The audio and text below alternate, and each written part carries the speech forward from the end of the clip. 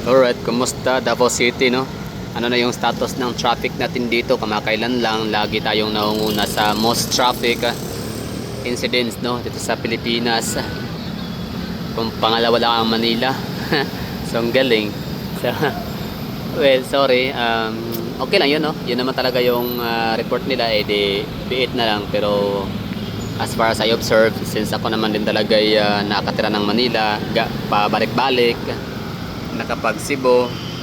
So masasabi ko na hindi naman ganoon ka-worst ang Davao City compare sa ibang mga mega metro cities sa Pilipinas. Particular nga Metro Manila, pero yun na yung naging report sa ano yun, TomTom yata.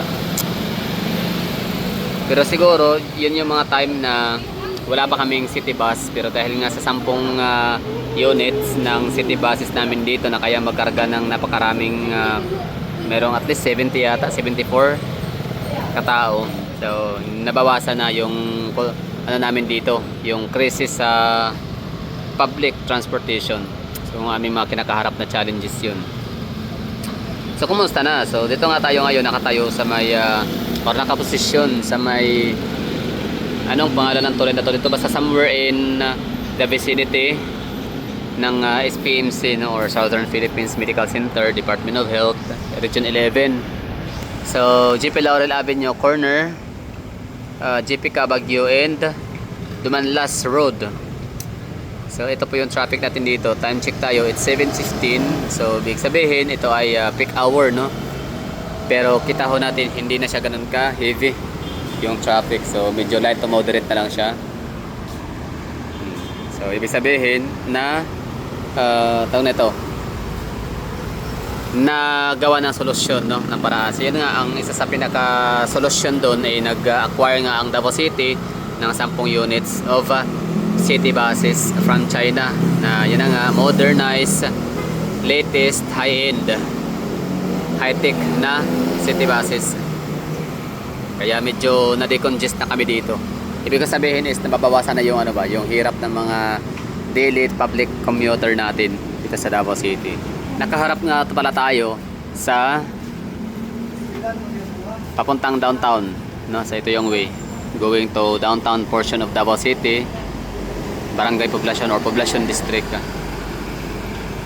Tapos sa likod naman natin, ito naman yung papuntang northern side of Davao City, sa Lanang, SM Lanang Premier. So marami ding mga BPO sa lugar na yan, meron ding mga intersections and traffic lights. So Mamay Road, no, corner GP Laurel Avenue, isa rin po yan sa pinaka-traffic na lugar. So ito yan, traffic update pala to dito ang ginagawa natin. So kumusta ang traffic sa Davao City, na yan nga kamakailan lang ilagi tayo naunguna sa worst traffic in the Philippines. Dito na portion, maraming intersections, maraming mga directions, no? So yung mga bumiyahe, yung mga tumatawid galing Huyang GP Cabagyo papuntang Dumanlas, tapos yung kabila naman na side, yan sila naka-waiting, yun din sila ay papuntang GP Cabagyo. Yung iba naman ay papuntang Ayo Taxi, for example yung Krisha. So yun naman ay papuntang downtown. Tapos sa kabila naman, galing silang downtown, yung mga pinakagilid right side papuntang GP Cabagyo, tapos yung papuntang Lanang. So yun, so daming intersection dito, maraming mga ano, no, mga ruta, kanya-kanyang mga directions. So yan, isa sa nakapagpadulot ng matagal na go signal sa mga traffic lights and the intersections dahil nga sa napakaraming destinations. So ngayon bababaho tayo sa may area doon sa may SPNC para makita natin yung traffic naman or yung dami na sasakyan sa lupa. Lupa. Hindi sa ground, no? Iba kasi yung sa taas din eh. Although ito, mas kita natin, mas malayo yung abot ng ating camera. Sa unahan pala mayroong intersection Palm Drive. Yan, kita nyo yung may mga pumapasok na mga sasakyan pa right side, galing sa kaliwa. I mean galing sa right lane papunta sila ng ano, patawid. Yan, Palm Drive.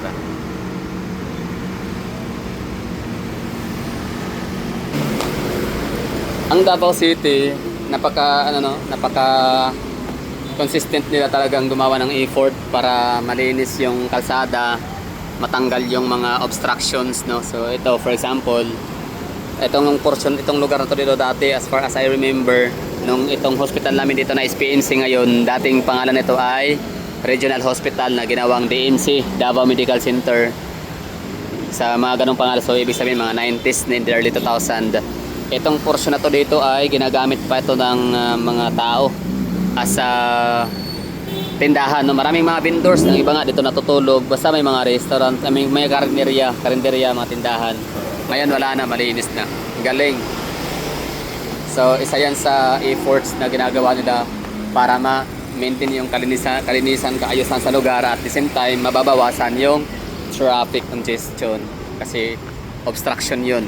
Tapos dyan naman sa unahan dati, share ko lang, yan, mga vendors din yan, mga nakatayo na ano dyan, nakaposting. Pero ngayon wala na, no.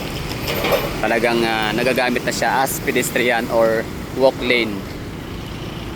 Kasi ang mga vendors ay inilipat na doon sa unahan. Meron tagas ng pavilion doon sa harap ng parang yung paanakan. Tapos ito namang dinadaanan natin ngayon, dati ditong mga vendors din talaga, no. Maraming nagtitinda dito dati, tindahan. Maging dyan sa kabila, yung may canopy. Yan. So tindahan din yung dyan, mga nakikita ng araw. Pero ito ngang huli, naayos na. So hindi na crowded yung kalsada. So talagang magagamit na yung mga sidewalk para sa mga tao.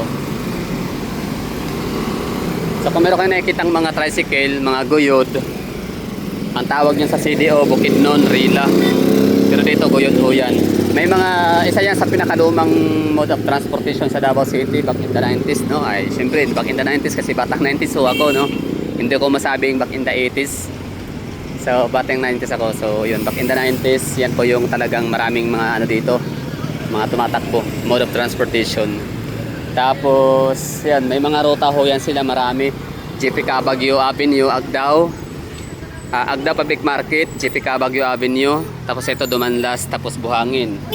Tapos meron ding Agdao Public Market, GPK Baguio, tapos Carmelite Road, Lanang. Hindi ko sure ha kung yung Carmelite Road, kung meron pa rin bang mga guyod na bumabiyahe. Parang tingin ko parang wala na, kasi dati meron naalala ko pa. Tapos saan pa, no? Ayun, bali Lapu-Lapu Agdao, Jerome Agdao, papuntang Agdao Public Market. So ibig sabihin mga Agdao District, no? So yung mga bumabiyahe diyan is mga guyod. So yun lang yung alam ko na gumagamit. Meron pa pala sa may Garcia Heights, Bacaca Road, El Rio. Oh, mayroon ding doon, mga bumabiyahe ng mga guyod. So saan pa ba, no? So paki-comment nga diyan mga taga Davao na hindi ko, baka may mga lugar pa na gumagamit ng guyod as mode of transportation na hindi ko na nabanggit. So pakidagdag na lang. So ito ha, ito yung tinutukoy kaninang canopy na ilalim ay mga vendors. Ngayon wala nang mga vendors, wala natitinda dito. Matagal na rin naman talaga nawawala. Siguro mga 2012, 2013 meron pa to dito. Kita ko pa yun, naabutan ko pa. Tapos yun, itong mga lang, ilang taon din nakalipas, wala na, dismantle na, nilipat na nga sila doon sa unahan, dito na side. Tapos ngayon talaga lipat na rin sila sa exclusive na pavilion para sa mga vendors, para yung mga pamilyang mayroong na-admit dito sa hospital, may binabantayan pag nagugutom sila. Pwede silang pumunta sa karinderya. Meron din Jollibee tsaka McDonald's, syempre, tsaka 7-Eleven sa loob. Diba, no? Ang linis, no? Diba? Ang linis sa tignan ng sidewalk na walang atol na ito. Walang mga sidewalk vendor.